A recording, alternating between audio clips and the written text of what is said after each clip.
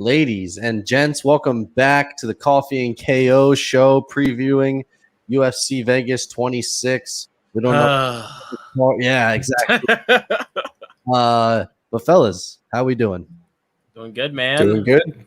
If it wasn't for cold air not being available where I'm at, but you know, it's okay. Hey, but you got the 90-degree weather. We're still dealing with like mid 50s, cloudy rain every day. Hey, I will take that over this shit any day. I probably would too. Any day of the week. Are we for real? I mean, like, hot just brings sweat and must and uncomfortability. Cold weather's just like, I mean, shit, just put on the jacket. Like, well, no. If we're talking like mid-January New England versus like the hottest in Texas sucks. On the summer, like, the cold is way worse. I don't think so. You're Kieran, not getting. You've never dealt with the bitter cold, bro. Yes, I have. My family's from Boston. No. You don't get skin cancer from being out in the cold. No, you fucking get frostbite and lose your limbs. Yeah, sure. But at the same time, that shit doesn't eat at your skin like silently. Like, no. I mean, like hot weather. Obviously, I think everybody enjoys it more because there's more stuff to do outside. You know, you can go swim in the pool. You can go, I don't know, grill hot dogs or whatever you old people do. It hotter? Yeah, that's true. But yeah, no, the winter just winter's cool, bro. I like the winter. You know, just put on more clothes and you're all good. Guy from Texas. Yeah. So Hey, my family's from up there. Yeah, my but girlfriend lives in Connecticut. The thing is, you can go and then go back to your warmth. It's good in spurts. It's not when you're dealing with it every day. When you have to wake up at 5 o'clock for work. No, when you got to get up 5 o'clock for work and you got to shovel the shit off your car and you got to warm your car up. You can drive in the hot weather. Yeah, that is true. Yeah. So So I know for me personally, I can't sleep for shit if it's hot. What are you gonna do tonight to combat this heat issue? I might just sleep in the car. The garage door closed, and just start up the engine and let the AC blow me away. It's pretty much the only option I have right now. It's pretty tough. No, it's gonna get cooler at night, so I'll probably open up the windows, and I have this freaking garage fan that's in the hallway right now. I had to move it out so you guys could hear me clearly, but yeah, probably that. Just put it on my sweaty body. You could pull a Jessica I and just cave and start using OnlyFans, bruh. Just purchase it. Can we talk about that for a minute? You want to pull that up? Can we pull that up? You want to pull up the graphic? We're talking about, because that was pretty funny. I don't know where to get that graphic from. I know it was in a text message. I don't know if I can bring that up on hold up. Let's see on the computer. Yeah, that right there is quite unbelievable. So Jessica Fans currently has an OnlyFans, which what? You said Jessica Fans. No, Jessica I OnlyFans. Jessica Fans. Oh, when I was speaking, you mean? Yes. Oh, sorry. Yeah, I'm sorry. I'm typing and trying to talk. But she has an OnlyFans now, and it's like it seems like a lot of female fighters are now doing this, and it's kind of sad, I feel like, because it's like that's how it shows that they just do not get paid enough. Like, and this is what they're doing to make money. She gets paid enough. I mean, go back quick, Carrie, because I think that there was the link. What level of fighter is Jessica I really? If we're talking like good computer, I don't want to go on OnlyFans. You're not going to get a virus. It's a known. This isn't an. We're talking about Jessica I. We're talking about only Jessica because of the I. OnlyFans aspect. Yeah, exactly. Like, when's the last time you guys seriously had a conversation about Jessica I's divisional implications? Come on, bro. Yeah. The inception of this podcast is 0 times. You gotta stay relevant, and she's now kind of done it. So I can't pull up the link. It's only on. Don't worry, guys. Don't worry. I got you. It's you got it. Yeah. It's just from a Twitter post. But some of Here you go, guys. There it is. Let's go ahead and break this down, okay? So pictures category, she's selling one foot pick. I don't think it's even like feet. It's a foot pick for $25. Singular foot. You want a singular $50? How would you even know it's her foot? Like, why can't I You just wouldn't. Google You a wouldn't. foot and be like, that's a foot, $25 unless you're asking for a soul and face pic, you know? It's like just takes a selfie with the foot. The infamous soul and face pic. Yeah. She's charging $50 for a booty pic in lingerie. Implied topless. What? Implied, I'm assuming, is no top and just like covering the nips.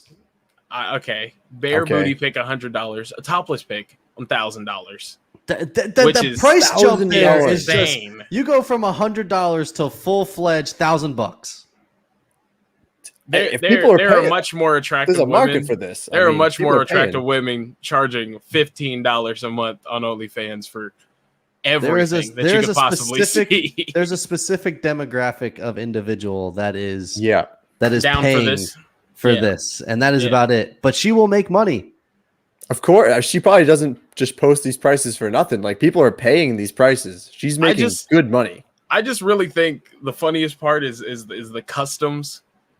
Because I'm just like, imagine just asking her to dress up like Valentina Shevchenko, but paying her like $3,500 for a topless video. Like, I didn't realize that $6,000 wasn't the most. $7,000 down there, fully nude. The fact that she's asking for double and triple stimulus checks for a picture of her naked is absolutely unbelievable, unfathomable, honestly.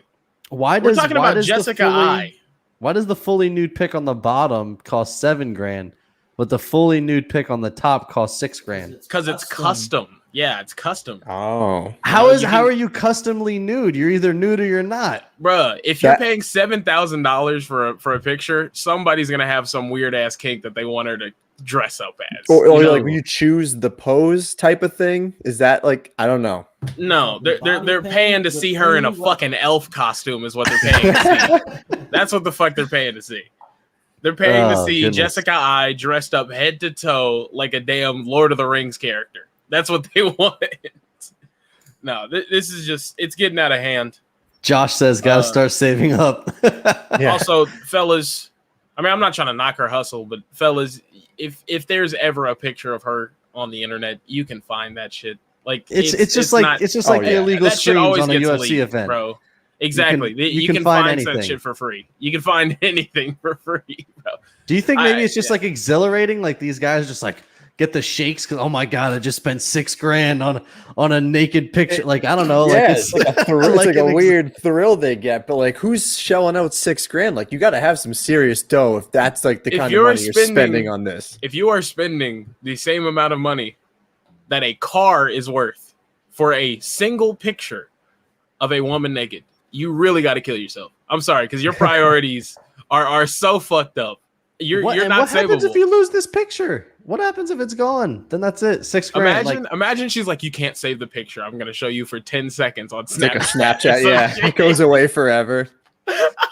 She's just subscribe so he can start finally paying his fighters. Look, guys. Is she worth being paid though? That's what I'm saying. I know. Part of me really believes I don't even want to look at Jessica I's salary, because if she's getting 50 and 50. I think she's getting paid what she's worth, to be honest with you. It's got to be more. Let me see if I can find 50 and 50. I would think I was gonna say, more than that. Oh yeah, she's been a title challenger. I don't know, man. Could you imagine what and you know, I'm not trying to be mean to Jessica I here, but could you imagine what, and I think Steve said this, what Paige Van Zandt's OnlyFans would be? God, you'd be paying $20,000 for just a picture. You probably do. Seriously, that's a down payment on a house. Just for she's one elite, picture. Though. Elite on OnlyFans. I mean, that's what you get. I don't even think that she's charging that much. I think this is like so far out of pocket that it's. Do you think that this is just trying to be like a flex? Like, I have an OnlyFans, no, but this is the thing. I'm going to make my prices astronomical, so I don't have to actually do these things. That's exactly what I think it is. I think it's like, I have an OnlyFans, and you guys should subscribe and pay me for all this other stuff, but I don't really want to pose nude. And it makes more her power look good to her too, though. Yeah. I mean, it's like, well, look at what she thinks people are paying, or we think people are paying those prices. That looks good. She has a lot of self-respect. Yeah, true. Like Carrie said, I'm charging way less for my booty pics. I can tell you that. I don't respect myself enough for that. Yeah, no. Give me if you want to pay $5 for a booty pic from me, like I'll take it. I'm saying, if I can get a bag of Skittles and all you want to see is my foot, I'm cool. Yeah. Sure. I'll even try to shave it back there for you to make it a little nice. Want a video of it.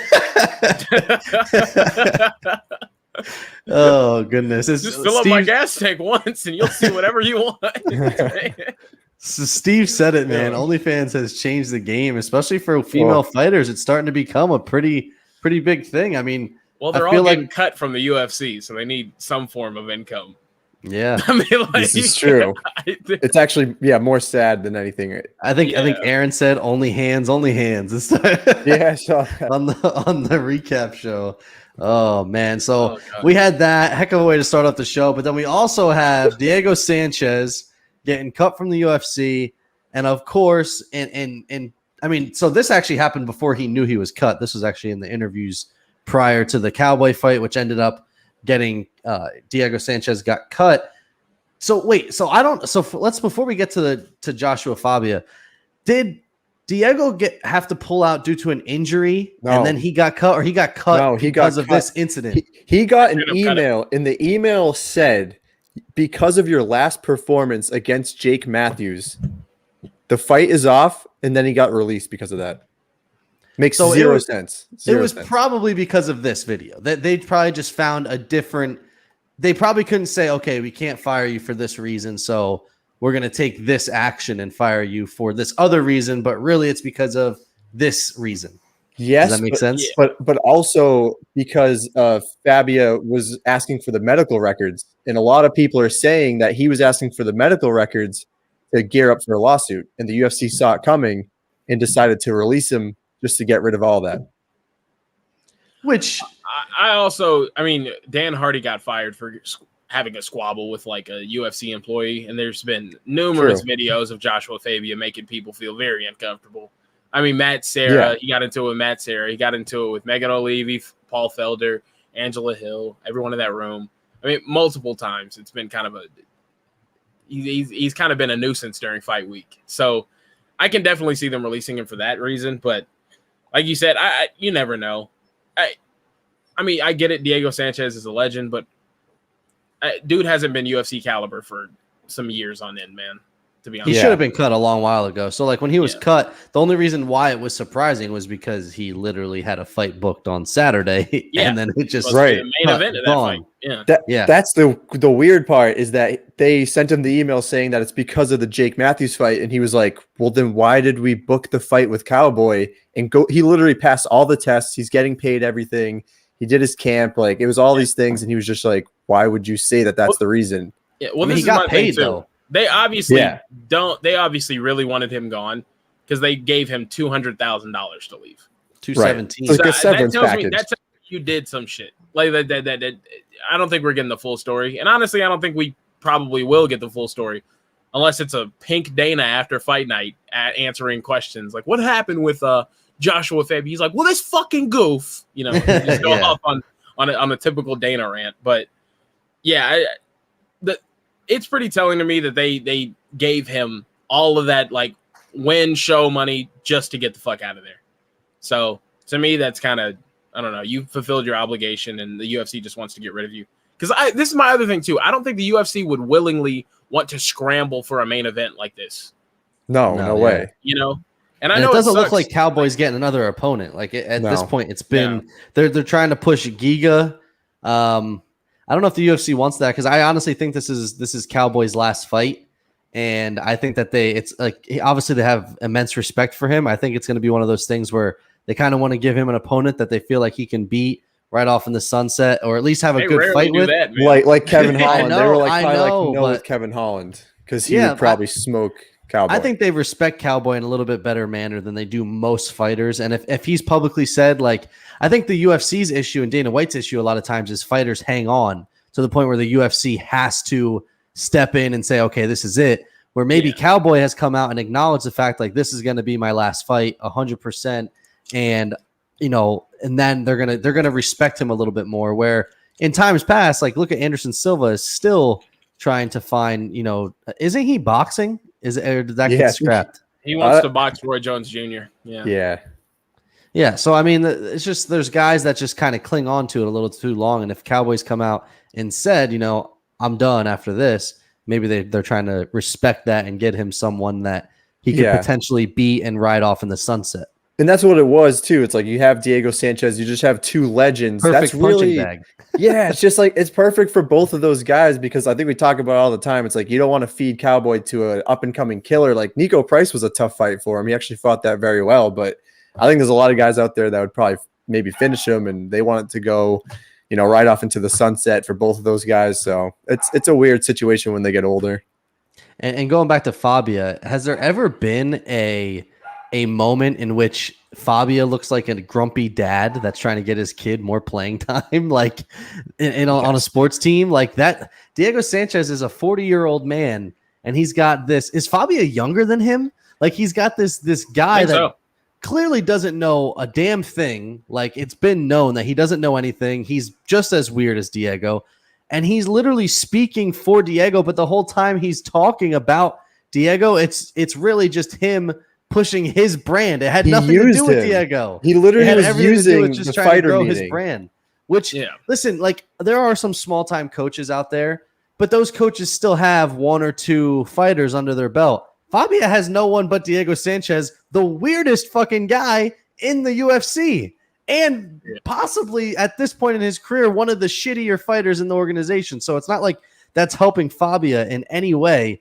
The video was just Paul Felder, I thought, was going to get up and just beat the piss out of this man. Like honestly, the only person that showed respect was John Anik. Of course, John Anik was the only one. I loved how Megan O'Leary too was just like, you come in here like filming this for like some weird reason, and it's not about you. Like, why are you filming? Like, you come in here wicked aggressive, confrontational. You start filming it as if like you want this speech to be on the internet to push your agenda. Like, it was very, very bizarre. I have the clip, and we won't show all of it because it's obviously a longer video. But this is my favorite part.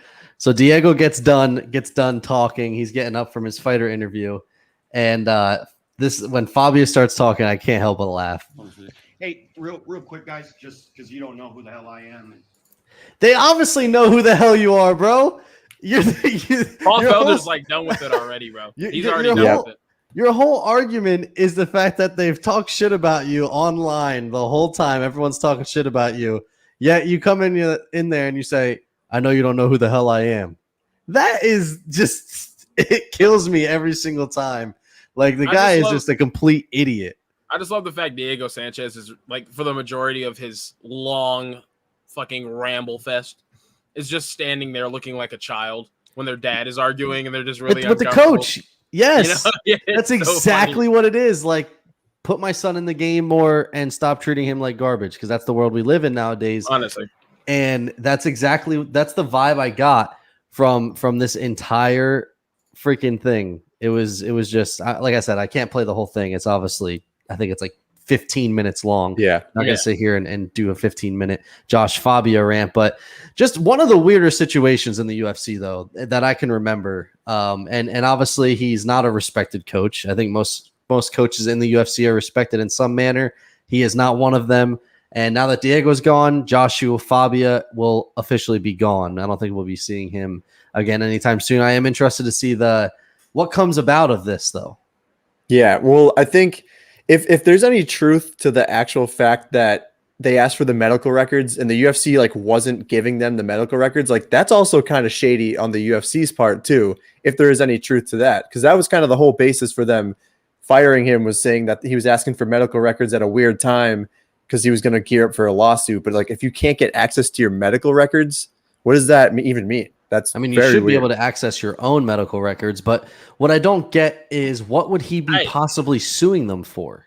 I just for having, well, because the other thing too, if you saw this in the email reply too, was that the UFC, it was like Sean Shelby and maybe like the company lawyer asked Diego Sanchez to reply back to the email saying that he will not, like, nothing has ever come of his like from fighting. He has not been injured. There's no like liability issues. Like he basically was forgiving his rights.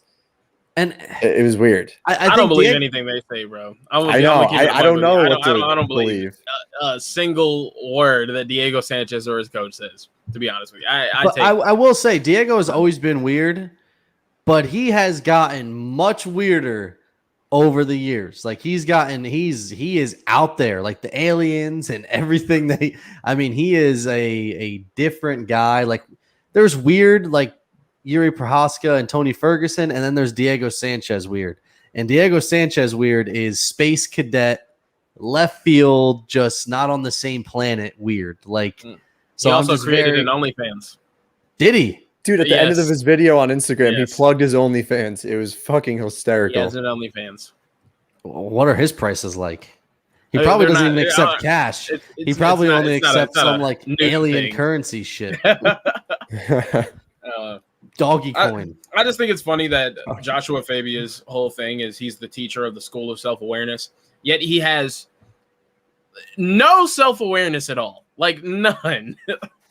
I just thought that was pretty funny. But the whole situation's weird, but honestly, I think it'll blow over. It's Diego Sanchez at the end of the day. He hasn't been too relevant on the MMA scene for a little while. It's kind of like when the whole UFC lawsuit came up. I forgot who was at the front of it all, but it just kind of gets swept under the rug after a couple of months. The UFC is very good at hiding shit. This smells like a lawsuit coming, though. It seems like a wrongful termination type of thing. Like, how can you say it was because of the Jake Matthews fight, give him a fight, and then just release him? And he had like 4 fights on his contract. But, I mean, they bought out the rest of his contract. So, I mean, yeah, he got paid nice. I mean, yeah, he got a show and win bonus to get fired essentially. So I guess they just bought out the rest of his contract and released him. I think it probably says in the UFC contract like they have the right to do that at any time. Yeah, I mean, because the standard contract you sign is a 4-fight deal or a 3-fight deal, but I mean, Slippery P had 2 fights and he was gone. I mean, they can get rid of you. It's not like the NFL. I don't think there's any money implications as to like when you cut someone like. You have to pay them what I mean? Like, I don't think there's any strengthen these contracts. That's the thing, though. Like that's where people. Controlling. That's where people like this whole situation has sparked up the conversation about a fighters union again. Like this whole thing has sparked up that conversation again, which multiple fighters have told us over and over that will never happen. But it's for situations like these where that conversation always comes up because there's just a lot of stuff that's very, very odd that has occurred and. I mean, at the end of the day, though, we're not going to see. I think Diego Sanchez's MMA career as a whole is done. No one is touching Diego Sanchez with a 10-foot pole. Like he's done. So that'll be it for Diego. His last fight in the UFC will be known against Jake Matthews, where he got wrestle fucked the entire time, and he is. I don't even know what he got a weird win too. That was that whole thing where he's like, if I can't see or something like that, do I get the win? Like. He squeaked out of one of the fights. Oh yeah, it was a Michelle Ferreira one. It was the craziest fight ever. Yeah, we weaseled out of that one. He's getting his ass whooped. Well, it was just weird. It was just all around weird. Yeah. But yeah, that's our rant for that. Steve, anything? What else do we got? Yeah, we got some headlines out there. We definitely got some Mike headlines. Perry, freaking Mike Perry. I didn't see the Mike Perry thing. What was that about? Mike Perry and Latore Gonzalez are officially no longer a thing. Oh, right. They broke up. So he's got no corner. He's got no corner now. He's I mean, God knows what's going to happen with his kid, and Mike Perry's mental state is a mess. He posted on Instagram, sloshed as hell.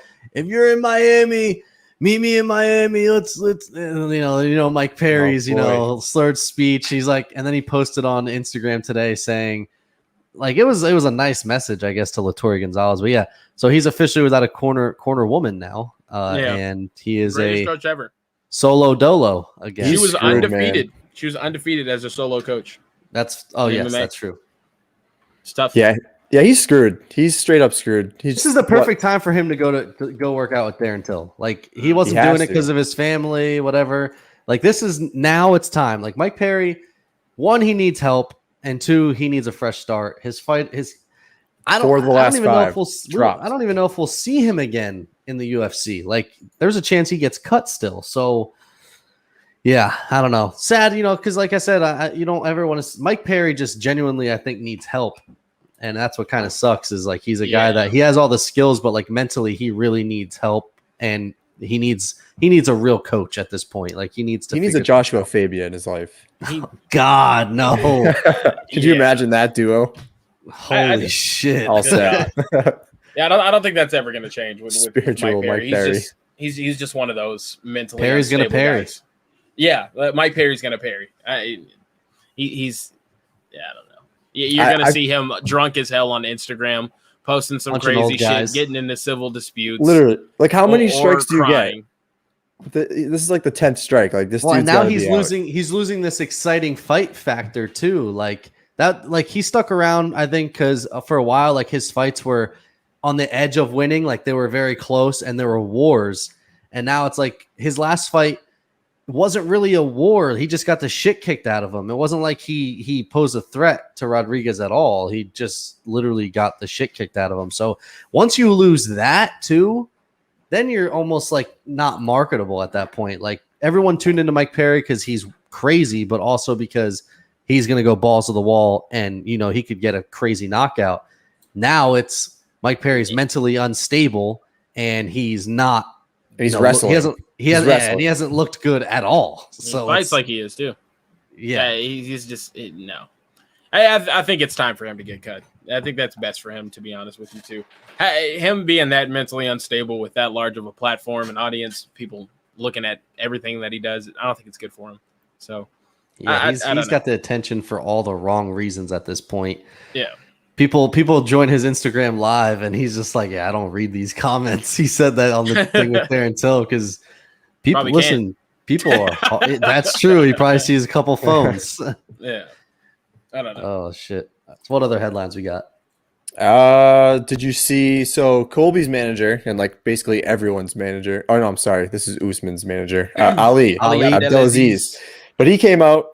It was basically saying that Colby is a terrible human and actually does not deserve the rematch. And he listed off a few names. He said, why not Michael Chiesa? Why not someone like Vicente Luque? Both of these guys on a 3-4 win fight streak.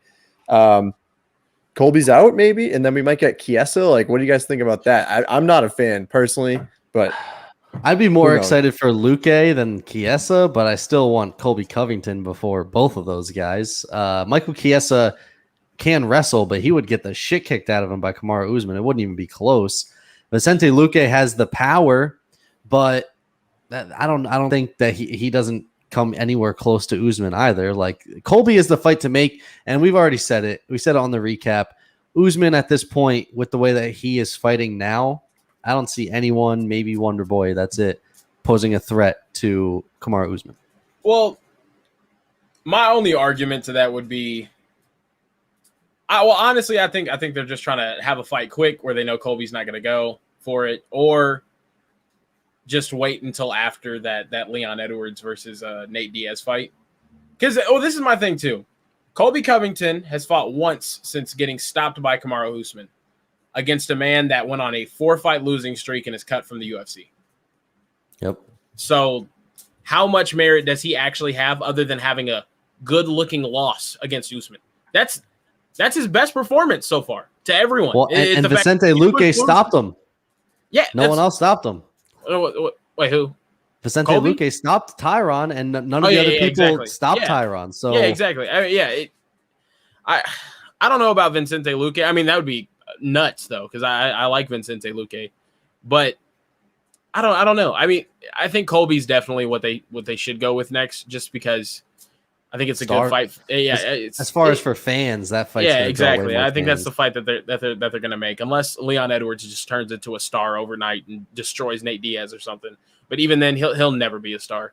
I'm being if Leon Edwards goes out there and absolutely wipes the floor with Nate Diaz, he's still not going to be a draw at all. He's just not. I feel like they're still looking for the new name, like a fresh name, someone that he hasn't fought before. I think that was kind of part of it too. And that's why Leon makes sense. Right. He hadn't fought him in a long Wonder time. Boy, Luque. Yeah. He's never fought Luque. It just, I want to see him versus Wonderboy more than anything else. If Wonderboy gets by Burns, I think that fight makes more sense than anything else. But I think Colby needs to fight someone else, to be honest with you. But he kind of sat his way out and then avoided all of the other matchups. Leon, he should have been fighting Leon. That should have been the fight. Dude, Colby has the only one of these guys at the top at welterweight that Colby has fought is Usman. Yet everyone makes a big deal about him being separated from the pack. What? He beat Robbie Lawler before the Usman fight. He beat Robbie Lawler, RDA, Tyron Woodley. And RDA in that division was like everyone's who else is everyone's his big saving win? grace. Beat RDA and you're in. He's got Demian Maia. Yeah, Damian Maia, who everybody beat on the way to the title. I mean, like, his resume is not that freaking good, to be honest with you. It's nowhere near the resume of these other guys, especially a guy like Vicente Luque, who's been active. And I know that might sound crazy because, like, oh, he gave Kamaru a really hard time. That's he gave Kamaru his toughest fight yet. And Kamaru's improved how much since then? Well, I was going to say, like, I used to put a lot of stock in Colby's performance against Kamaru, but then you look what Kamaru's done now, it wouldn't be the same fight. Wouldn't happen again. I think Colby Covington is one of the most overrated guys in the UFC. I wholeheartedly believe that. I don't think he fights enough to get the hype that he does. Like, if he was to fight 3 times a year and putting on those performances over and over again and beating those guys, then I would say no. I've been impressed with him when he fights, like his style. I've been impressed with him, but I think it's just the fact he just doesn't fight enough. Like, and so it doesn't get you. It's easily his style is easily forgettable. It's easy to forget what he does. It is. Bring that shit over to an elite welterweight. His last 5 fights. His last 5 fights. Damian Maia. 40-plus-year-old Damian Maia, who had already been beaten by Usman, already been beaten by Tyron Woodley. Everyone. After that, RDA, a natural 155er. And everyone beat him at 170 to everyone beat him at 170. That's everyone's claim to fame. Other than that, Robbie Lawler in 2019, like 3-4 years removed from being a champion. I think he's won 1 fight since he's lost the belt. And that was a controversial split decision against Donald Cerrone. I think he won 2 fights. I think the thing against Askren was bullshit, but that's just me. Yeah. Well, he didn't get stopped. So, then you get Kamaru Usman, where he gets finished. Then he goes out there against Tyron Woodley, who everyone is trying to make their name off of now, and beats him. In the same boring fashion, too. In the same exact boring fashion. Like, he just followed the blueprint that was already set. And I'm not saying Tyron Woodley's not an impressive win. Of course it is, But at the same time, let's add some context. Everybody else is doing it. He also mauls the fuck out of everyone he fights. Like, he doesn't face adversity. He mauls the fuck out of everyone he fights. He mauls Damian Maia, RDA, and Robbie Lawler. I mean, didn't he beat the shit out of Robbie Lawler? Oh, I mean, I'm just saying, like, those were his opponents, whether that's his fault or not. But I understand, but at the same time, you got to look at Robbie Lawler is on a 4-fight losing streak right now. He was on a 2-fight losing streak when he fought Colby the first time. Like, I'm not saying Colby's bad. I'm not saying Colby's bad. Don't get me wrong. I'm just saying Colby's not on this level that everyone's claiming he is just because he had a close fight with Usman, who was with a completely different striking coach. And he still got stopped via strikes in that battle. That doesn't make sense to me. I think if Usman didn't switch gyms, we're thinking, okay, Colby has a shot. I think it's a great fight. Yeah, I think now that Usman switched gyms and it's already shown that he's doing well in his new gym, that it's going to make it very, very difficult for Colby. But I still think that I would love to see Colby Gilbert Burns. See, I think they should give him. He doesn't want that fight for a reason. I know. I think you give Wonder Boy the shot. He's old. Give him his shot, and then you run. They should have run Burns, Colby, but apparently now Colby is ducking these fights. Which, listen, when multiple people are saying you're ducking fights, you got to be ducking fights. Like, at some point, Leon Edwards was ducking fights.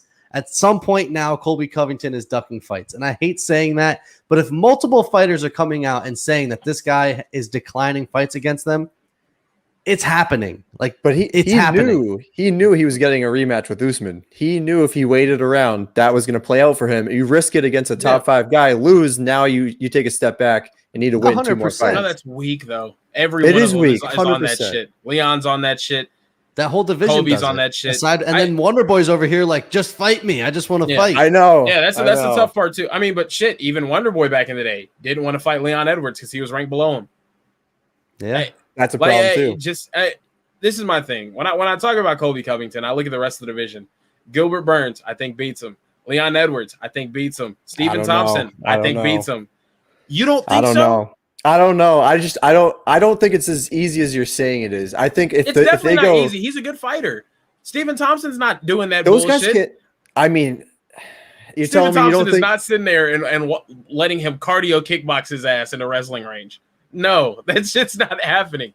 Gilbert Burns, if Gilbert Burns had enough wherewithal to go out there and blast Usman and drop him early on, I'm telling you, Colby is not as good defensively striking as Kamaru Usman is. It's simply just pressure, pressure, pressure. His best defense is a jab. He just sticks it in your face all night. I mean, he's a really solid fighter. It's a lot to deal with. And his wrestling to go along with that. Crazy. Right. I definitely think he's avoiding these fights for a reason because he knows they're very high risk and very low reward. But don't you think the wrestling style is really a problem for most fighters? You know, when you look at Leon Edwards, you look at Wonder Boy, like the way to win that fight is not going to be to stand up and trade with them. It's going to be to go to the ground.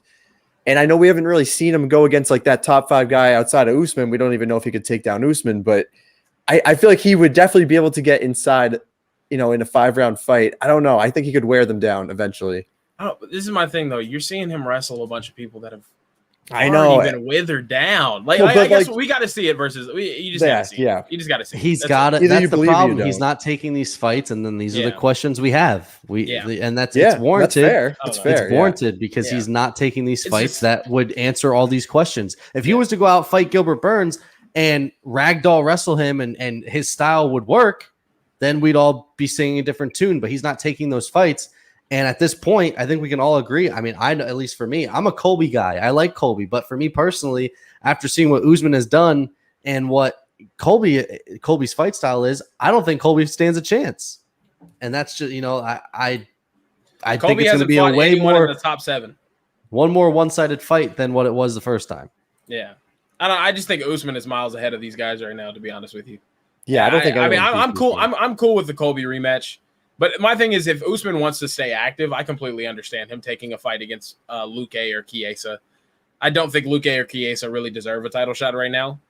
But I don't think Colby deserves a title shot either. I thought Leon Edwards deserves a title shot because he's been on an 8-fight win streak and he hasn't lost since fighting Usman. I thought, but nobody likes him. So it would also be a very easy way to be like, okay, Chiesa's on a big win streak. Let's give him his shot. It's kind of a gimme fight for Usman, but at least you give Chiesa his shot because he is on a big winning streak, and then you kind of just get that over with and move on with the rest of the division. But at this point, you got like a star. I feel like Usman is now kind of a star. Like people saw that viral knockout now, and it's like, do you want your star fighting Mike? And I love Michael Chiesa, but Michael Chiesa is gonna get killed by Kamaru Usman because all Chiesa can do is wrestle. I think you want to see that if he goes out there and he starts finishing everyone. Yeah, why not feed him to everyone?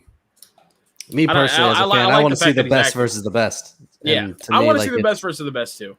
Yeah, and I think I agree with Kieran. I think Leon or Wonder Boy were the 2 guys probably most deserving of a title shot next. And if it's Chiesa, and it's obviously not going to be Leon unless Leon goes out and like head kicks Nate Diaz and somehow beats him, which is not going to happen. But somehow does that in a couple seconds, we're not going to see Leon back right away. So it's going to be Wonder Boy's fighting Burns, so it's going to be Colby or one of those 2 guys that Ali said. Which in that case, I'd rather see Colby than those 2. But you know, and I like Vicente Luque, but have those 2 fight each other. Have Luque fight Chiesa. Yeah, that would probably make the most sense because I mean, you can't if you put Luque in against Usman after Wonder Boy just destroyed Luque, that makes 0 sense. Yeah. Luque is sneaky though because he's got crazy power. No, he's good, but you really think Luque will beat Wonder Boy, bro? No, he's got jiu-jitsu. He's got really good jiu-jitsu too. Yeah, No, I think Luque gives Colby a world of issues too. Luque I like gives Colby a world of problems. I'm not gonna lie. Luque is becoming becoming one of my guys, one of my favorite fighters. do love Luque. Yeah. Vicente Luque. I'm not high on Colby Covington, to be honest with you. I'm really just not. I think he's really solid. I don't think he's at that upper echelon at welterweight, especially at this time. I just Usman love his improving cardio. as much as he has. His cardio is just crazy. His cardio is insane. It's like him. It's like him and then Marab. Like as far as like in the UFC And Holloway. Yeah, Holloway. Like, Holloway's crazy. like those guys like are just on a whole nother level Dude, compared to everyone. Colby, in the UFC. what was it against Woodley or one of his, or maybe have been Lawler fight? He had like 300 strikes landed or something, like 700 thrown. It was insane. Yeah, yeah. And doesn't even look tired after. No, Which just doesn't make any sense. Yeah. What Other news else we got? Yeah. yeah, sorry, I knew that was a bigger one, but That's right. we got Zabit Magomedsharipov potentially retiring. He had to Pretty get surgery strange on news. abdomen. So apparently over in his whole career, and apparently this is what's caused him to gas out really quick, is he gets spasms in his like diaphragm core area, and which they I guess get so painful to the point where it makes it difficult to breathe. And if you're obviously not breathing right while you're fighting, you're obviously going to get tired very quick. So, which is, if it's like, obviously it must be true, that is savage as hell to go out there and deal with these spasms. Anyone that's had a spasm knows that shit hurts, man. Yeah. It hurts. Zabit with cardio is a problem too. Yeah. Oh my like, God. Zabit if with he gets cardio that is not getting fixed, beat. That's a champ. Yeah. Yeah. He's he not gets getting that beat. fixed, that he's going to kill everyone. So Yeah. that's it's unfortunate because he's still young, and obviously a lot of people high on Zabit like think that he is potential title holder for a long time, like one of the greatest. I think he might be uncrowned champion for the past 3 years, but he just can't get any fights. Either nobody wants to fight him, or he gets hurt or something. He didn't even have That was part of the long problem. injury history though either. Nobody wants to fight him.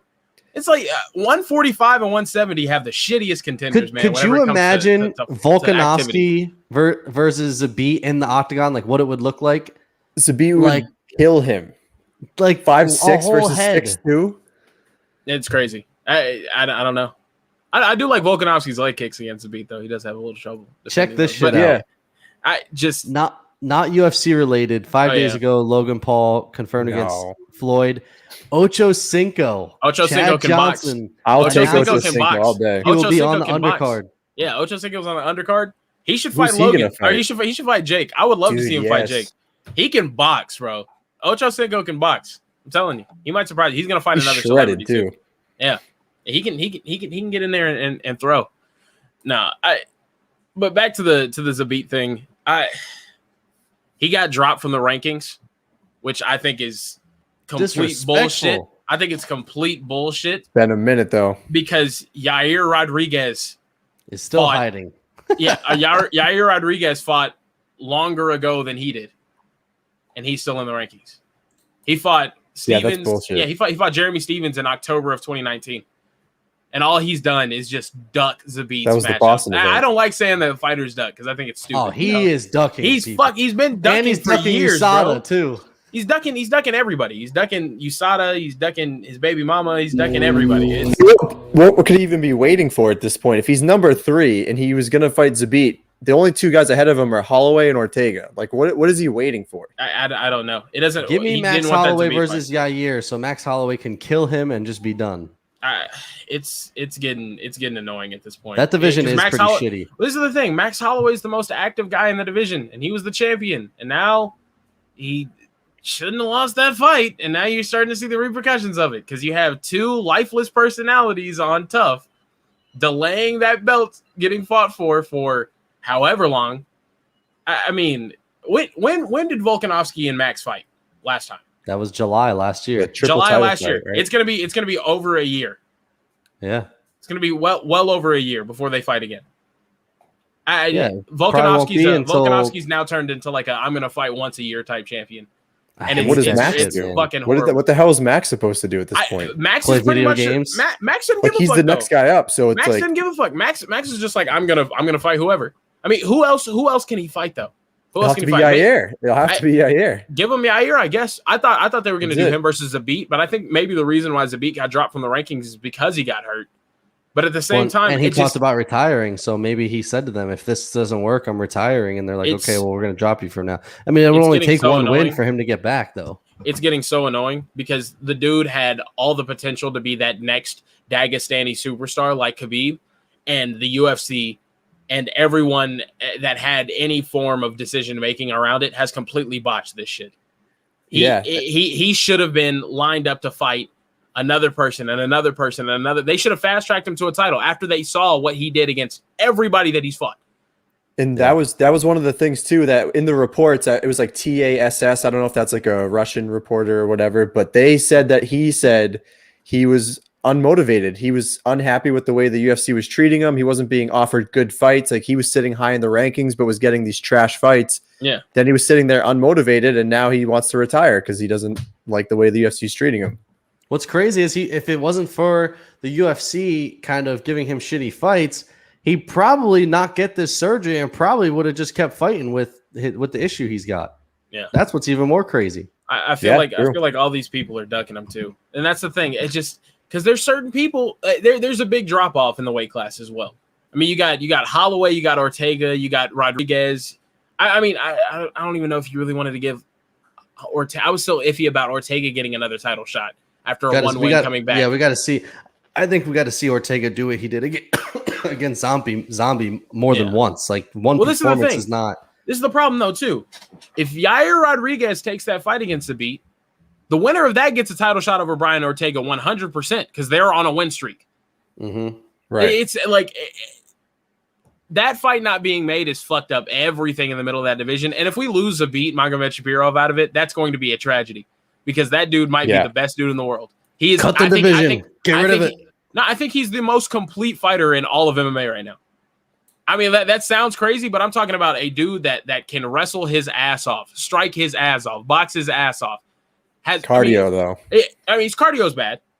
100%. That's not nice. He's got an issue, Steve. Yeah, I'm saying say that fixes it. But at the same time, as far as a skill set is concerned, he's the most well-rounded guy out there. Yeah. 100%. And now he's dropped from the rankings. He's probably going to have a comeback fight against someone middle or low ranked, which, of course, Jeremy Stevens. I think the Calvin Kattar he's already beaten him. Keeps pushing for a second fight. They want him to go 5 rounds because they, know, that whole narrative of if it goes 5 rounds, Kattar wins that fight. They want that again. Yeah, Calvin Kattar's got to recover from the ass whooping of a lifetime, though. Yeah, he's still in concussion protocol, sadly. Hopefully he recovers well. But that was like one of those career ender type ass beatings. I hope he can come back. Yeah. Yeah, I don't know. That is what it is. What we got next? You guys touched upon this a little bit on the recap, but obviously Yoel Romero, in a classic, as we say, a Bellator debacle, getting our hopes up and then absolutely dropped. So he didn't pass his medical test. He's out against Rumble Johnson. I believe they just booked a new fight for Rumble. Not sure who it was. Never heard it's of just some random dude. Yeah, so he's that go just out there and get blasted.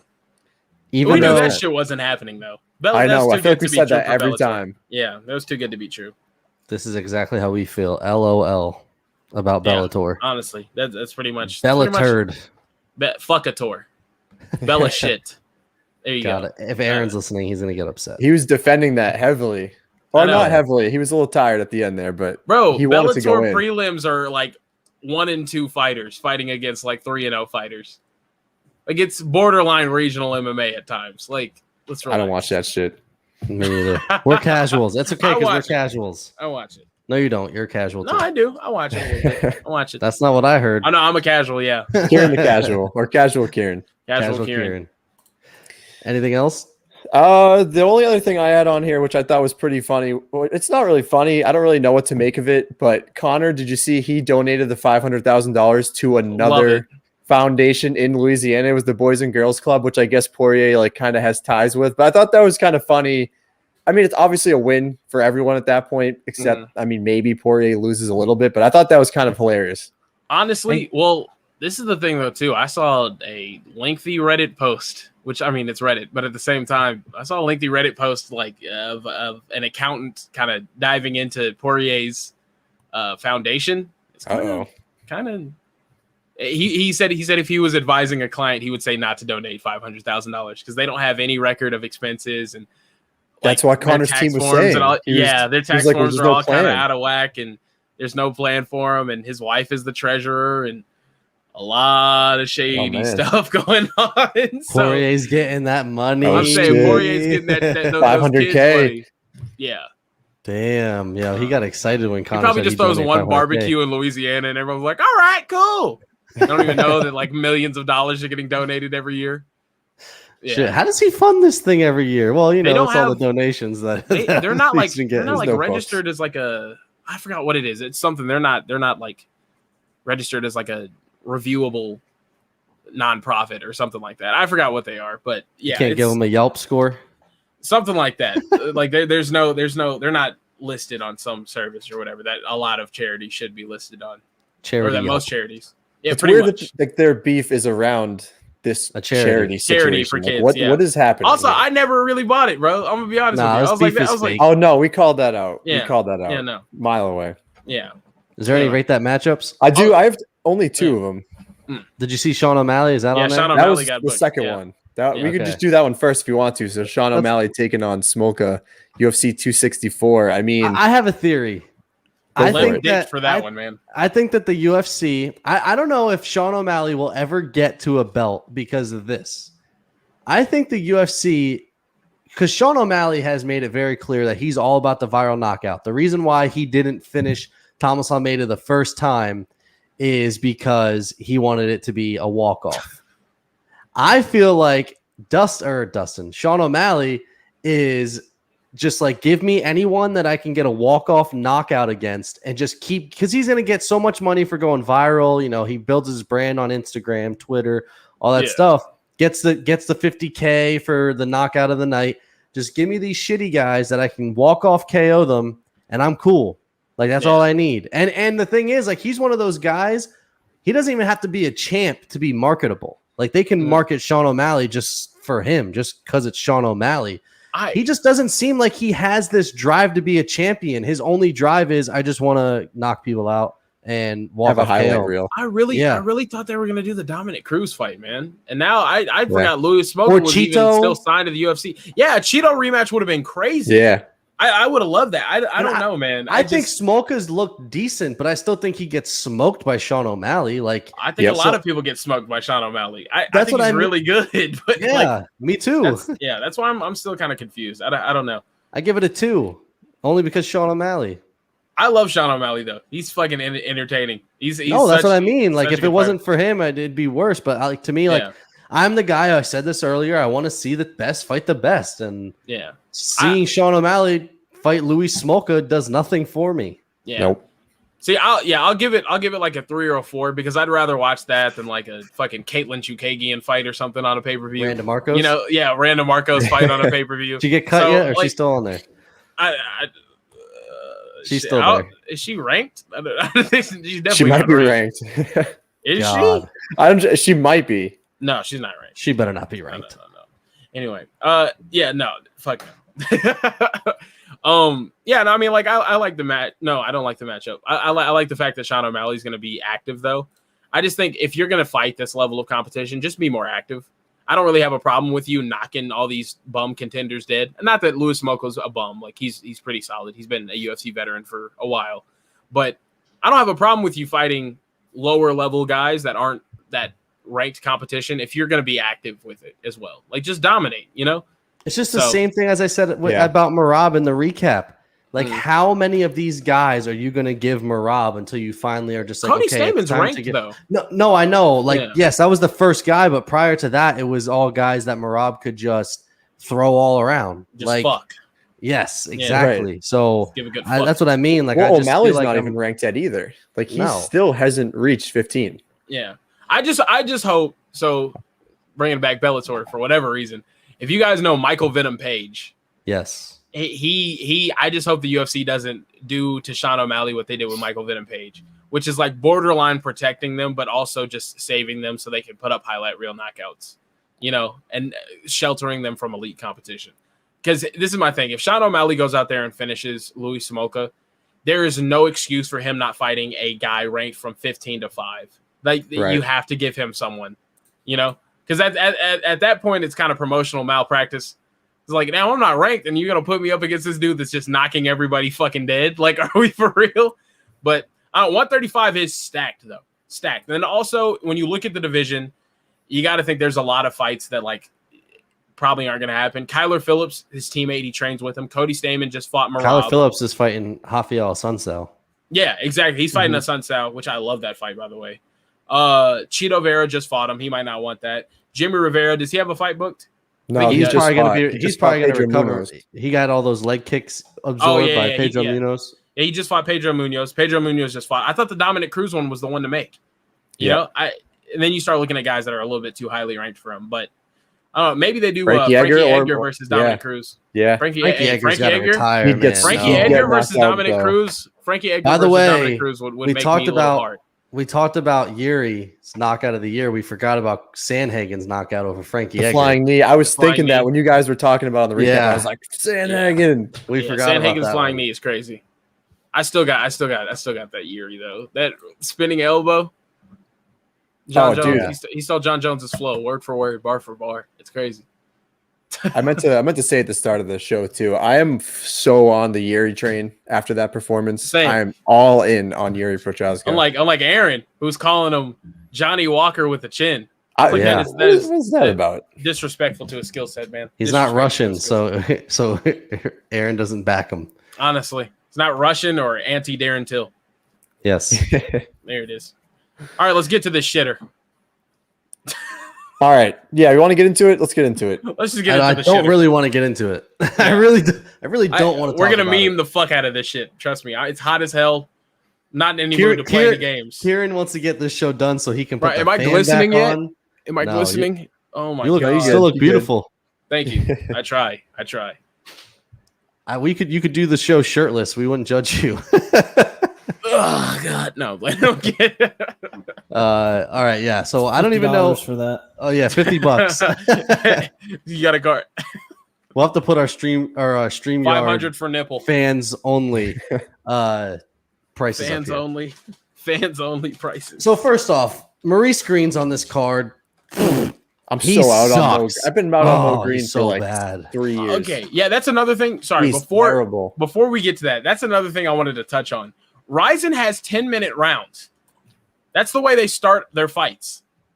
Well, I don't know if they have 10-minute rounds. I think it's like 5 and then, or it might be 10 to start off. I'm not sure.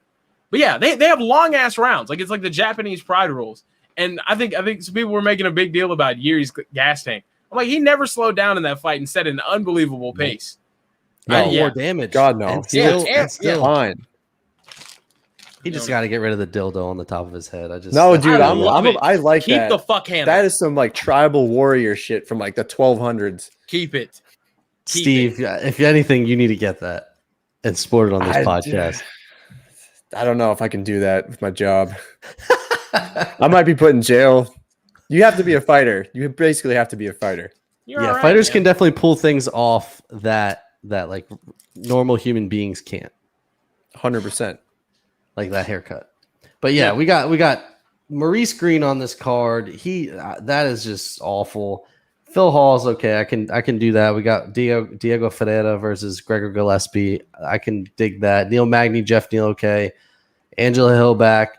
I was never excited for Ben Rothwell, Philip Lins the first time, and now we got it a second time.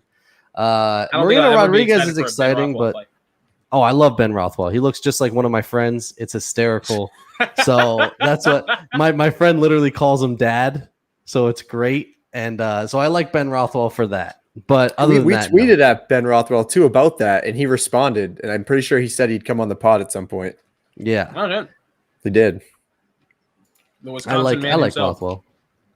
So Billy Brisbane says Green got to be only person in the UFC who openly smokes cigarettes. I don't know, man. There's a couple Russian fighters that I feel like probably smoke a good amount of cigs. He also says, and you all see Tiger Muay Thai in Thailand. Marina is still in Brazil, so Marina might not even get here. If she's still in Brazil, we might not even get that fight. Are we gonna get a Ben Rothwell Philipe? We're gonna get a main event. Yeah.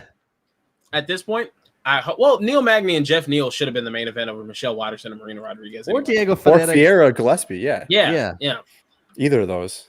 Oh. I mean, it's not like every fight on this card is ass, but like Maurice Green and the dude he's fighting, Marcus Rogerio de Lima.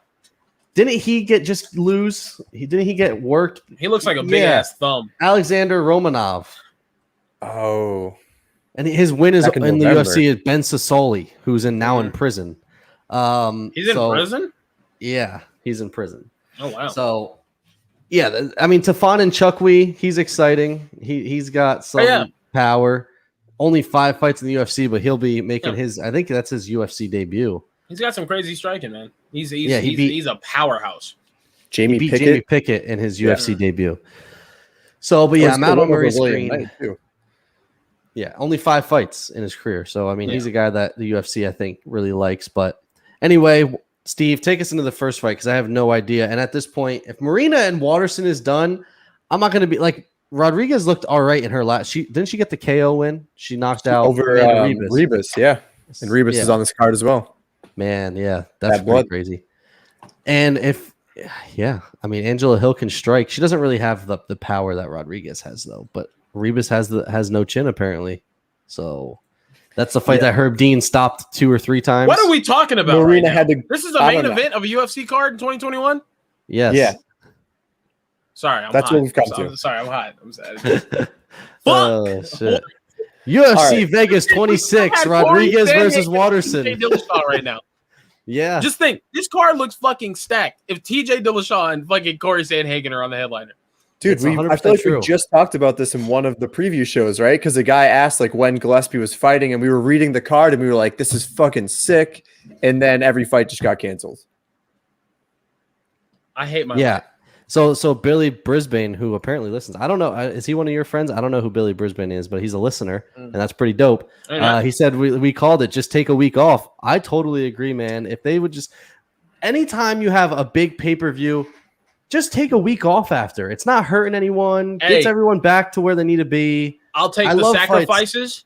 I'll take the sacrifices because UFC 261 was that fucking good. And I agree. If every one of these fights gets scrapped or is an absolute shitter, but fucking next week in Houston, that card's a banger. I'll take it. I'm going to that card. It's going to be insane.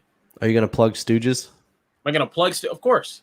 Plug Stooges? I'm going to spread my cheeks and put a plug in there and just do everything. Stooges. It's $150. Every time you say something sexual now, Carrie's just going to come in with a price tag. With a price. A butt plug video? That's fucking 7,000 at least. That's 10. That's 10 grand. I don't value myself as much as Jessica I. Jessica my I's got one solo lower. picture for 7 grand. My self-esteem's a little lower. No. Yeah, no. I don't know. All right. Let's get it. First fight. Well, I don't even know what the first fight is because I don't. It's Christ. I don't know what the I'll first do the fight first is. fight. We got Kyle Daukaus taking on Phil Hawes. Zach, I would recommend Tapology because ESPN straight up does not have the fights. I have Tapology up, but what's going to kill me is I usually use. This might help me, but I usually use the odds to make my picks at times. If you click into the actual fight, they have it. But they do. Okay. All right, Kyle Daukaus taking on Phil Hawes. Kyle Daukaus was supposed to fight not too long ago against Kizriev, who was an absolute Russian assassin. And Daukaus, we talked about him. He's 6'3". He's long at the 76-inch reach advantage. He will be a grappler. He's a wrestler. Won Dana White Contender Series back in 2019. Now he's 1-1 in the UFC. You got Phil Hawes coming in, 10-2 pro record, 2-0 in the UFC. Basically just what he starched Malkoun. Then he fought Imavov, which was a pretty telling fight for him because I think Imavov was more of a ground fighter, and he actually did very good stopping the takedowns, landing a bunch of takedowns of his own, which was really good to see. So that kind of makes this a little bit difficult because Imavov was also 6'3". Daukaus is also 6'3". There's similarities there. I think Hawes has a ton of strength. He has proven that he can stop the ground game. Obviously has a ton of power. He can strike. I feel bad going against Kyle Daukaus here. I know, friend of the show. Hopefully he's not watching this or listening, but I am going to go Phil Hawes. Give me the decision. You're crazy. I know. You are crazy. Yeah. I think Phil Hawes has no gas tank, bro. None. I think we just saw the gas tank. He went 3 rounds with Imavov. He looked almost so died. shitty though in the last round, and he was wobbled so many times throughout that fight. All it's going to take is Daukaus to wobble him one time, or weather the storm, and he's going to. I think Daukaus is going to get the sub finish here, and I think easily. We learned from Daukaus, shoe size and dick size do correlate from his brother. We learned that from his brother, and I don't know what that has to do with anything, but his brother was on the show. I'm a fan of the Daukaus family.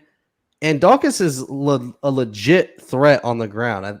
He's got he's got so many Darce choke wins. Like that's his go-to Darce choke or rear naked. And I think that's the perfect specialty to have against a guy like Phil Hawes. Get him wobbled one time, snatch up the neck. Phil Hawes is going to sleep. I'm going Kyle Daukaus sub, and I think I'm putting money on that. To me, I think that's easy money this weekend. I'll put it this way: either Kyle Daukaus gets slept early, or he wins. It's that simple. I mean, I like Phil Hawes, crazy good wrestler as well, but just the cardio factor, it's going to play a factor in this fight, especially a guy as lengthy and rangy as Kyle Daukaus. I hope that he can stay away from some stuff, though. So those guys that are lengthy, I mean, like Phil Hawes is explosive, but yeah, we'll see. It's Phil Hawes early or Daukaus late. That's the way I see it. I'm gonna favor Daukaus though. I did not like the way that that Phil Hawes looked in his last fight. To be honest, Billy Brisbane, Philly stand up, PA guy. PA. I'm not gonna say it's the best state, but Philly fans are passionate, so he's going with the Philly boys. We're trying to get Sean Brady on the show. Hasn't worked out yet, but he's destined for greatness. Tom Brady, Sean Brady, Wayne Brady. Brady is just a great last name to have. Especially from New England. No, fuck New What's England. up? Carry. No. I think Daukaus is going to leave Hawes in awe, and sticking with the only fan themes for this episode, I think he's going to end it in a rear naked choke, and it's going to cost Dana $50,000 for that sub. Oh shit! Carry is he's as witty as they come. I love it. My bad, Daukaus family. My bad. Yeah, I hope that we go to the on the cookout. last one. That was freaking who was it? Chiesa, the Russian assassin. Was he on the show? No. I'm saying you in picked the against Daukaus last time he was booked. Yeah. Oh, really? Yeah. Oh. Yeah. Well, for me, like I hope that we get invited to a Daukaus cookout, and then they put you in a Darce choke, Steve, and then you will never pick against them again. Yeah, 6'3", 76-inch reach. And you get no beer can chicken from Chris. Yeah. Well, no. See, the smart thing was I picked Hawes, and I'll bet on Daukaus. Then I win either way. But if a friend of the show loses, it's still gonna hurt. Double loss, so I lose. Damn it. Yeah. All right, next fight, Diego Ferreira versus Gregor Gillespie. The gift, Gregor Gillespie. Both of these guys coming in after a loss. Diego Ferreira actually lost a split decision. Split, I put that in quotation marks because he really lost that fight. I don't know. That was one of those bad judging decisions or bad judging scoring. But he lost a split decision to Beneil Dariush, who is on fire. Prior to that, though, was on a 6-fight win streak, including Anthony Pettis. I really like Ferreira. And then you have Gregor Gillespie, who was undefeated prior to losing to Kevin Lee. It's obviously in our reel in the beginning, the nasty head kick knockout. You look at Gillespie's record. I mean, he's got a win over Yancy Medeiros, who is decent. Vince Pichel's decent. So I like that. Diego Ferreira, though, has also fought some decent competition. His losses are two to Beneil Dariush and one to Dustin Poirier. And that's it. So those are pretty good guys to lose to. Yeah. I just, so Gregor Gillespie, we know, has that next level wrestling. Like, he's got great wrestling. We all know that. But I feel like, in my opinion, I feel like that's all he has. I feel like Diego Ferreira is a better striker. He's durable as hell. I mean, he wore some of the best shots from Beneil Dariush. He's got really good ground game. I mean, the wrestling exchanges against Beneil Dariush were really exciting. It was a really good fight. I don't know how this fight ends. I don't think Diego Ferreira really has the like knockout power. I think it would have to almost be a sub, and I don't really see that happening. I'm gonna go. What's the odds on this? What's Diego Ferreira in this card? Gillespie's the favorite. He's like minus 170, minus 195 on here. I like the underdog in this one for some reason. Gregor Gillespie is not very active. He's a big time angler, loves to fish. I'm going to go Diego Ferreira here. I'm going to go decision, though. I don't know if I see Gregor Gillespie get finished twice, especially because I think it's going to get a little – I think that Ferreira's dangerous on the ground, could make Gillespie kind of hesitate a little bit as far as wrestling. And then Ferreira, I think, is a better striker. But for this one, I'm surprised the odds on are a little closer. I feel like Diego Ferreira is kind of getting a little disrespected, in my opinion, especially – I know, but people are super high on Gregor Gillespie. Yeah, well, for Gillespie too. So he was supposed to fight Brad Riddell. That fight gets canceled, and now he actually finds an opponent ranked higher than him in Diego Ferreira. So I think that's awesome for him. Big opportunity. Couple things here. It's just that Gillespie is smaller. Like we talk about that. That's his disadvantage in this division. He's only 5'7", only has a 71-inch reach. And then Ferreira, he's like that tall, lanky frame. He's 5'9". He'll have a 3-inch reach advantage. He's also a third-degree black belt in Brazilian Jiu-Jitsu, which is insane. And we kind of saw that with Dariush. Like those are two very high-level grapplers, Brazilian Jiu-Jitsu guys. When they were rolling around, it was just like one guy on top, and then it would just reverse, and it was pretty insane. So, yeah, Gillespie definitely can wrestle, but I don't know if he can necessarily grapple with Ferreira. Ferreira also kind of has like a sneaky, underrated striking. Like he doesn't really have that knockout power like you were saying, but it's very like in your face. He likes to press forward, a lot of pressure. So he is very difficult. I think there is good dog money in that. But I did ride with Gillespie against Riddell. I'm going to ride with him again in this fight. I just think he is very violent. If he gets this to the ground and can control Ferreira, I think that's going to be the way he can win it. So just violence, get the job done. Let's go Gillespie by decision. Steve Gamebred Stooge. He's talking about violence like Masvidal. I'm not high on Gillespie. I never have been, to be honest with you. And I know he's good too, so it just makes no sense. It's just like I don't like Dustin Poirier, and everybody loves him. But yeah, I'm going with Ferreira. I mean, he has wins over Taisumov, Rustam Khabilov. That's 2 back-to-back wins over guys that are Russian with Ov at the end of their names. Obviously, you're the real deal. He worked Anthony Pettis, by the way. That was absolutely insane. His jiu-jitsu is really high level. Man, I got Diego Ferreira. Yeah, I think he wins rather easily too. I'm not high on Gregor Gillespie, man. I know he's a great wrestler, and he might be able to just take him, but that's his path to victory. And he's going against a guy that's extremely good at jiu-jitsu. So, want the finish? Actually, yeah. I'll take it TKO in the second round. I just think Gregor Gillespie's hands aren't there. But yeah, let's get it, Kerry. Diego Ferreira, his ancestors actually founded the city of San Diego, which we all know is Spanish for whale's vagina. I think he's going to come in here, swallow Gillespie up. I'm picking Ferreira TKO. I'm getting Is that really what that killed in means? the ranking. $150. That's from Anchorman, man. Watch the movie. Oh shit. Whale vagina picks. $150. I'm going to try and keep all my picks OnlyFans friendly here. Bro, Is that a okay, decision? he said Billy that about- Brisbane says, Kieran, don't you love Poirier? The reason That's I first don't heard love from him. Poirier is because everybody fucking loves Poirier. Like, Poirier can't do anything wrong in everybody's eyes. Like, all the MMA hardcore suck off That's a Dustin hater. Poirier. Like, I am. I'll straight up say it. I'm a That's a Dustin hater. Poirier hater. I hope he gets slept dead on July 10th. I'm not going to hold you. I'm God not gonna hold I'll you. be down. I'm tired of it, bro. Everybody just like Dustin does anything. You better put some respect on Dustin's name. Dustin's so amazing. He's just great. He's a warrior. He cried after he got choked unconscious by Khabib. Like, shut up. Shut up. I don't know. Just everything Dustin does. Also, he gets really overrated. Before that fight against Conor, everyone was saying if he wins this, he might have the best lightweight resume of all time. I'm like, so not the dude that just choked him like last year? Like, I think people anyone forget was about saying he Khabib. Yeah. People just Honestly. forget about. Just take Khabib out. It's obviously Dustin number one. Yeah, Kieran is he's not a man of. I'm not. He doesn't I'm not, change bro. his views for people. Bro, He's Dustin Poirier, I don't like him, but I don't like. It's not that I don't like Poirier. I just don't like the fan reception and that he gets. You know, Tony Ferguson, I genuinely don't fucking like. Everybody loved Tony Ferguson. I wanted to see that man get beat the shit out of. I literally the whole 5 rounds twice. against Justin Gaethje, hard. Grinning ear to Horny. ear. Horny. I'm telling you, it was amazing. There's some fighters that I just don't like that everybody likes for no reason too. Dustin Poirier is on that list. Who else is on that list? Well, you I love can't think John of him right now. Jones. I do love John Jones. People But hate John Jones. I like now. DC though. That's the thing. I do like DC. Sam Alvey.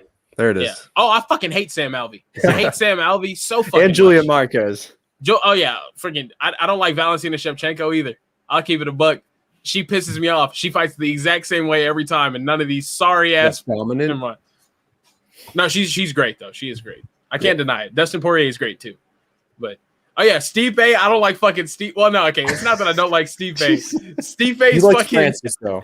no. Fucking Francis should have won the first time. I tried to tell y'all. It pissed me off. But yeah, Ben Askren I fucking hate too. I like fucking Ben hate Askren. Ben Askren. But actually, I kind of like Ben Askren now that he's retired. Now that I don't have to watch him fight anymore. He is Yeah. funny. He's underrated. He's such a chill Twitter dude. game. Like, he doesn't do anything wrong. He's just annoying. Everybody thought he was a great shit talker. I Steve, was like, see, this he's is the most thing, corny like, guy. You'll learn this about Steve. Steve does not have a mean bone in his body. No. Like he's. Yeah, so I asked like Steve. a vibe. I asked Steve once, like, have you ever been mad? And he goes, "Well, not really." It's been a while since I've been mad. Like actually angry. Oh. He's one of those guys that picks up the spider in a cup and takes it outside. Yeah, instead of just stomping on that shit. I'm too emotional, bro. When it comes to like I get Like the 50-50 on Aaron level. I get the Aaron level emotions whenever it comes to this MMA shit. You know, I read too many comments that just trigger me. I guess it's a lot. Give me all the trolls. I love trolls. Honestly. All right. Oh my god, I almost called you Aaron when we were just talking about Aaron. Shit, I'm sorry. Kieran, take us through to Karen, Aaron. I Magny. mean, that's pretty similar. He Yeah, said but his take us- name's not Kieran, it's Kieran. Which one are we talking about now? Neal Magny, Geoff Neal. Magny. Oh, hold up. There's another person on this card that I fucking hate too. Angela Hill. Fucking hate her. Well, we'll get to Fucking that hate- because I hate knew you her. were going to say that. Anyway, yeah, Neal Magny versus Geoff Neal. Really excited. Geoff Neal works at a restaurant here locally in Dallas. You know, big ass head. Seen it in person. I really like this fight. It's a nice comeback fight from Geoff Neal. I think he had like a heart surgery or some shit. Yeah. Right?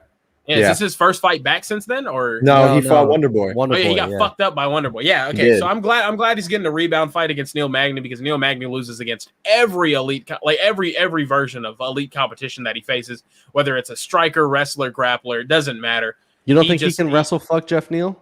Fuck no, I think he no, could. no. I don't think he. Neal Geoff Neal Magny doesn't doesn't. wrestle. Neal Magny doesn't wrestle.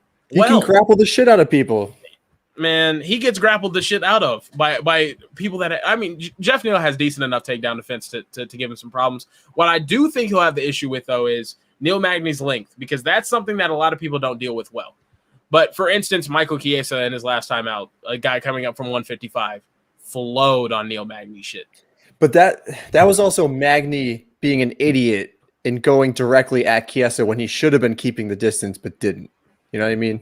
Yeah, I mean, I get what you're saying, but you do have to be a good fighter to beat Neal Magny. So I will say that Yeah. much. Like you have to be a really solid fighter. I think Geoff Neal is cut from that cloth too. I mean, his hands are amazing, and honestly, that's the other thing that's really tough. It's hard to gauge how good a dude's striking is whenever he has to go up against Wonder Boy. Wonder Yeah. Boy's so fucking good, man. Like, Yeah. look at how good Vicente Luque and Geoff Neal look against the rest of the welterweight division versus Wonder Boy.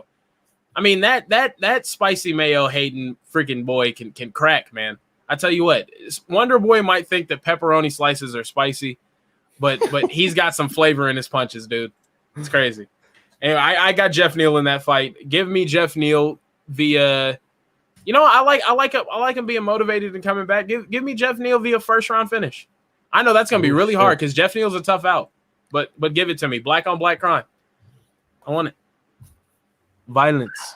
The only thing that I agree with Kieran as far as the reach here, 5-inch reach difference.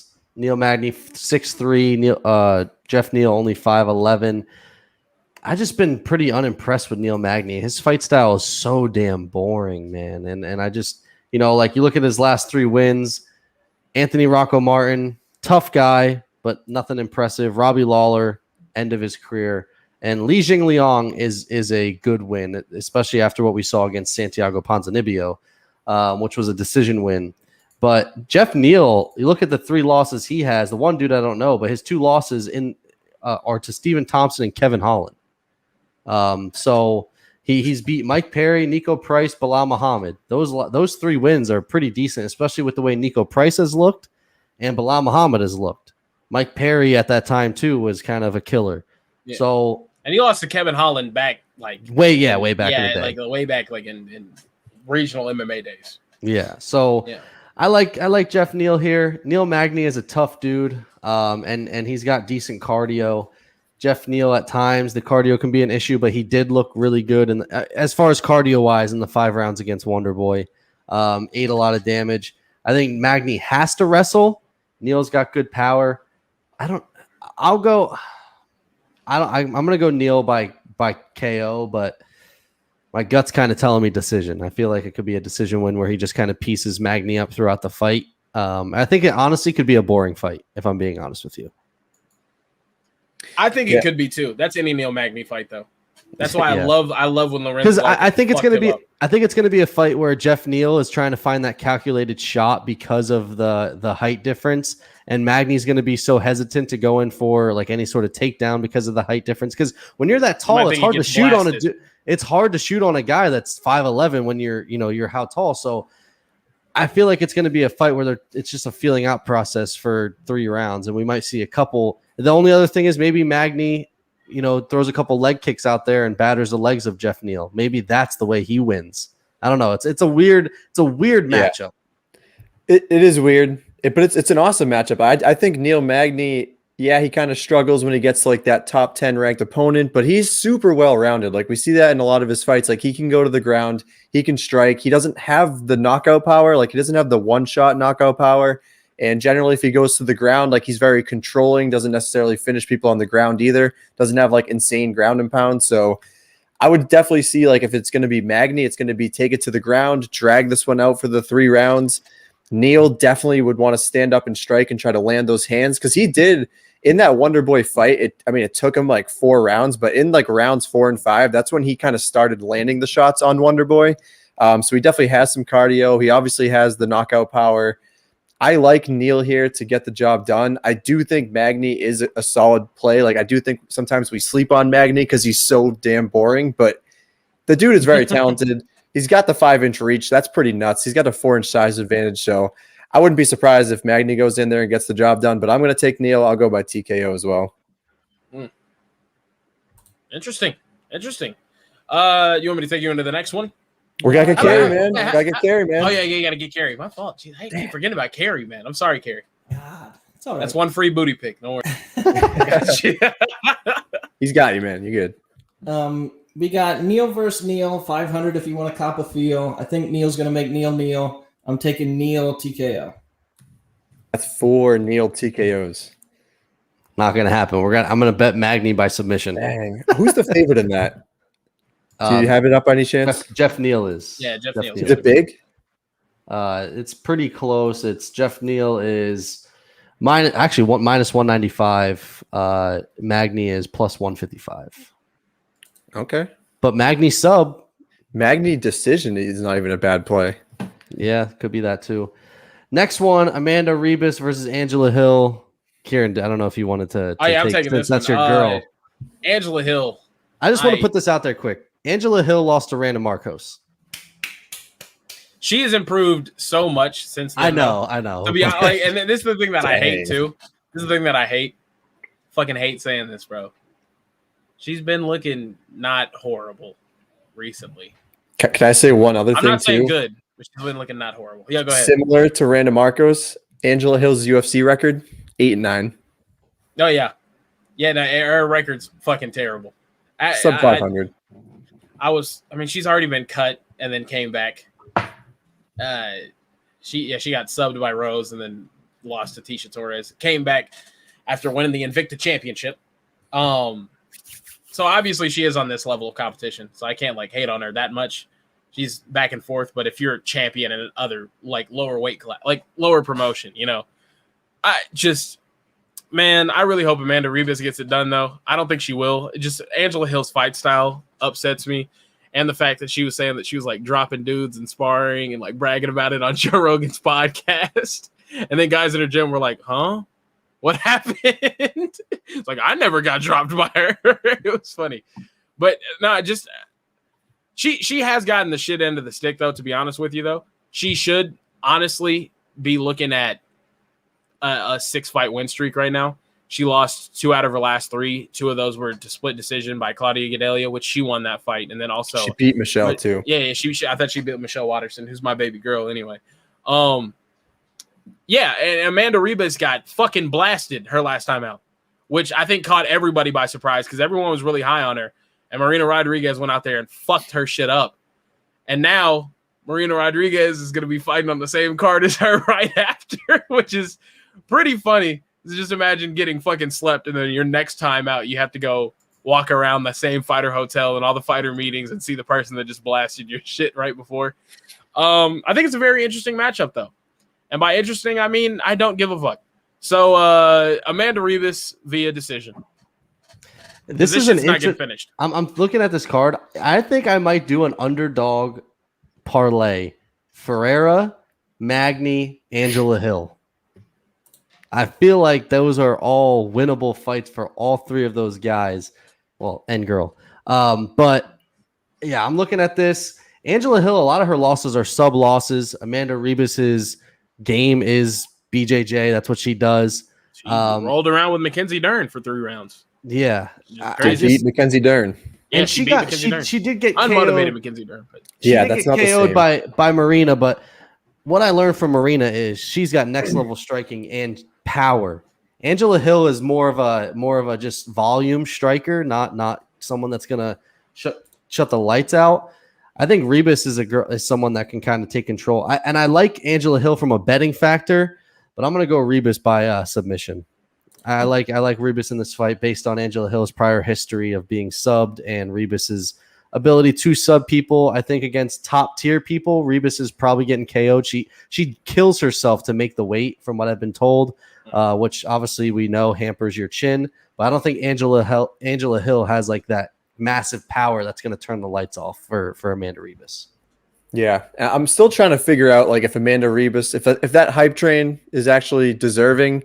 Because we talk about like the Dern fight. Is she actually good, or do people like her because she's attractive? Exactly. And she beat Paige Van Zandt. She beat Randa Marcos. She beat, as we say, unmotivated Mackenzie Dern. She's 4-0 in her UFC career, and she's getting all this hype. Like, is she really that good? She's ranked ahead of Angela Hill at 11. Look at her 2 losses. Polyana Vienna is a nasty striker too.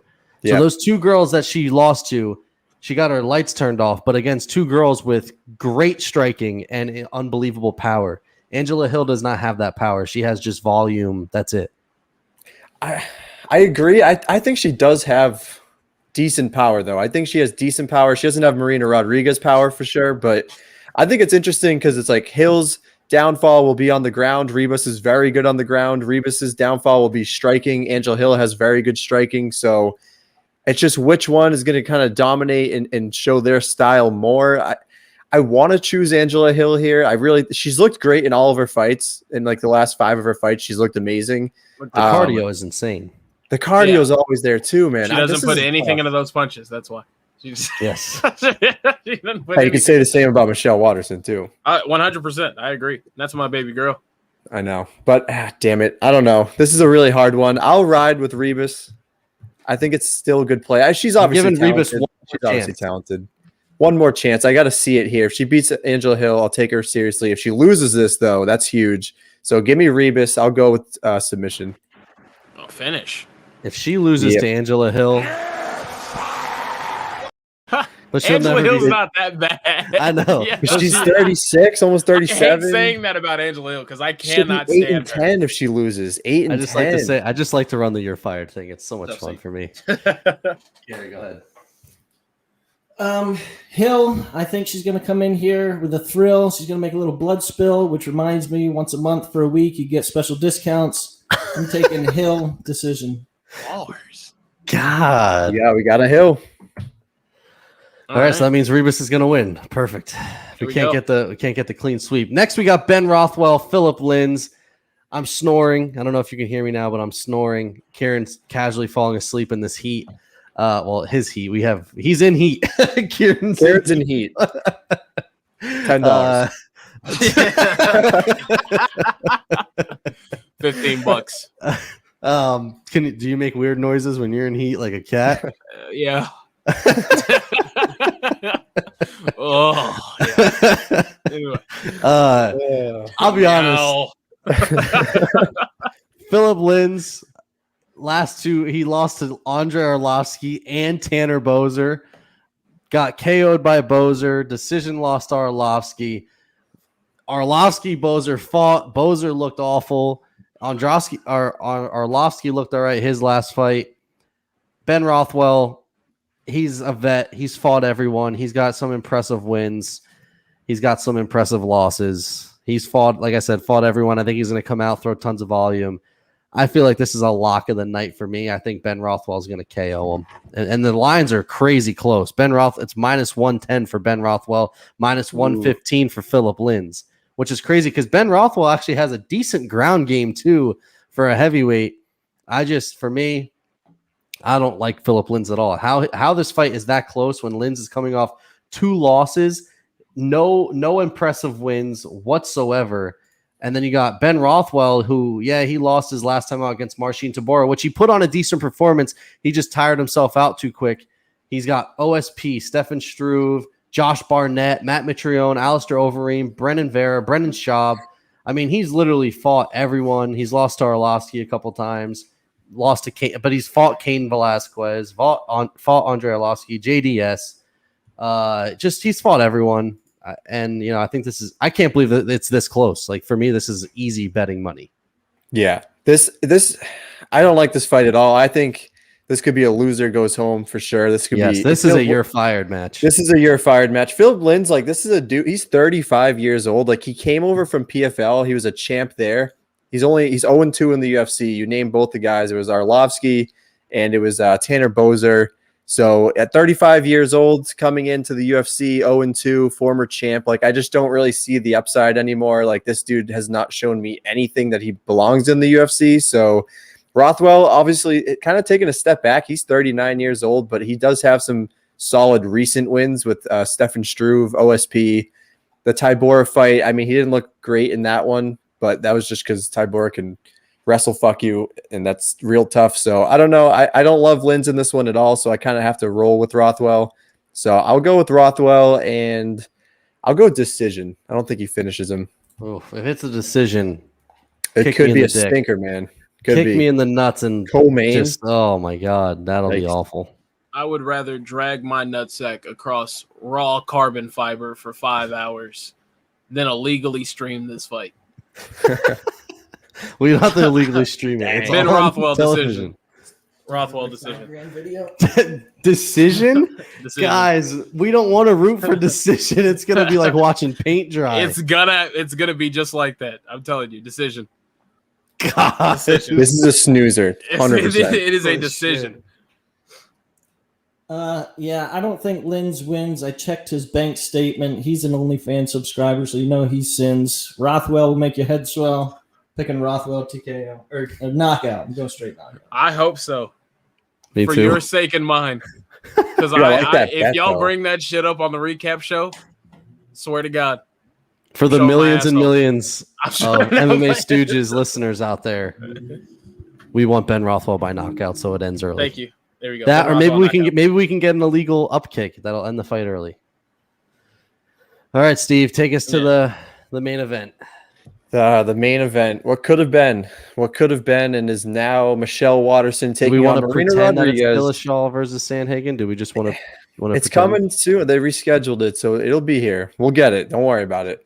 But this is not a bad fight. It's like Lins won the PFL money, went off. He's a chunky man. These are two big boys, heavyweights. But yeah, I digress. Oh yeah. Also, I have a question about PFL. Dominic Reyes, he could go over there and make $1 million every year. Y'all agree with that? Do y'all think that's like a good career move for certain fighters to just go over to PFL, especially if you're like outside of that title range? Like Tyron Woodley, you telling me he's not giving those guys if you're about the money, If you're about the money, No, I'm and not writing about him the off. clout, if you're Yeah. about the money and not the clout, go for it. I'm not trying to write him off. I'm just saying, like, fiscally, he would dominate over there. And But, they like, don't steroid test. Make yeah, good and they don't money. steroid test. I mean, Sean O'Connell went over there and won the fucking light heavyweight tournament. Sean O'Connell was like an unranked bum in the UFC. Like, he was most well known for just being goofy at weigh-ins, and he went over there and won $1 million at PFL. That's such a hard career move to make because obviously is. you work so hard to be in the UFC Mm. and then to just kind of like walk away because you only really get that one time frame. Like he's already like 29 years old. I don't know. Yeah. But hey, yeah, money's really that matters. Mm. I'm surprised that Corey Anderson didn't go over to PFL. Said he went to Bellator. Yeah, I don't know. He seems like he'll do So, well. I don't even know. All right, Anyway, so but yeah. Michelle Waterson taking on Marina Rodriguez. Like I was saying, not a bad fight. Maybe not the main event, the headliner that we want, but not a bad fight that still deserves to be on a main card for sure. I like it. So Michelle Waterson, she's coming in actually as the underdog here. She's obviously been around for a while, the karate hottie. She has that awesome karate style, which is always super fun. She's very speedy, kind of goes in and out, great foot movement, doesn't really get hit all that often. So she's really a good striker. I like to watch her fight a lot. But Marina Rodriguez, she's someone that I kind of had my eye on for a little while. I believe I had her beating Ribas in her last fight. She's coming in minus 190 favorite. And Waterson, yeah, she's going to want to strike, but Rodriguez is probably a little bit better. She throws with a lot more power. She's going to probably get this finish. I want to see this finish. I think Marina Rodriguez is legit. I'm really going to ride with her in this one. She's going to be bigger. She's going to have the reach advantage. I think she can get the job done. I think that Ribas win looked really good right now. So let's go Marina Rodriguez I'm going to go TKO. You want to see my baby girl hurt? Is that what I I don't just heard you want say? to, man. Michelle Waterson, pound for pound, most just adorable fighter in all the UFC. I'm not gonna hold you. She's up there. Love myself some Michelle Waterson. Tired of hearing her be a fucking mom though. I'm so tired of that fucking shit on every single like. I guarantee you, John Anik will bring it up. Yeah, Or- not that being a mom isn't cool, like especially whenever you're fighting afterwards. But like, damn, her daughter's like fucking 13 now. Like, can we shut the fuck up about her being a mother and a fighter at every fight? I don't know. But yeah, logistically or logically speaking, rather, it makes no sense for me to pick Michelle Waterson. But your dick is telling you otherwise. in the most objectification ass just way, I can't go against her, man. I knew Rose was gonna fuck her up, and I picked her. I knew Joanna was gonna fuck her up, and I picked her. So yeah, Michelle Waterson via north-south position choke. That is something you can subscribe to and find on OnlyFans. The first Hey. 69 submission in Hey. UFC history. Yes.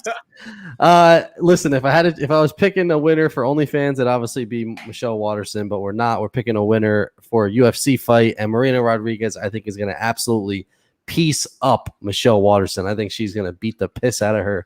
I think I could see a second round stoppage. Honestly, I think it's going to be a quick one. Marina Rodriguez, the power, the volume. She walks down her opponent. She doesn't take a step back. She just wants to phone booth box the entire time. That does not bode well for Michelle Waterson, someone who got pieced up by Angela Hill pretty decent as well.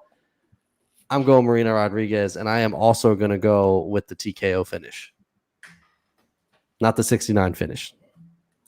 All right, fellas, strap in for this one.